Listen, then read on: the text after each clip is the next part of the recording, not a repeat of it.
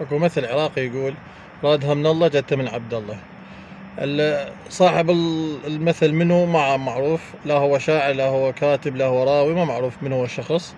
القصة عدة قصص اكو. قصة انه صياد دعا رب العالمين الله يرزقه بصيد ثمين، دز لرجل، مر رجل من يمه واعطاه من المال. يعني القصة هذه من القصص. وقصة اخرى تقول لا، اكو شخص كان في ضائقة مالية، فدعا رب العالمين انه يرزقه. فمر من يم عابر سبيل او جاء ضيف هيجي فجأة واعطاه مبلغ من المال دون، يعني هذا الرجل بدون ما يعرف انه الشخص هذا بيمر ضائقة مالية. قصص عدة ما معروفة شنو القصص بالضبط يعني لها، بس هي قصص تروى، عدة قصص روت لهذا الموضوع. احنا بالعراق عندنا هذا المثل: راد من الله جت من عبد الله. انتم كتبوا لنا بدولكم بلهجاتكم شنو الامثال المشابهة الى هذا المثل او قريبة عليه. كتبوا لنا خلينا نشوف. شكرا.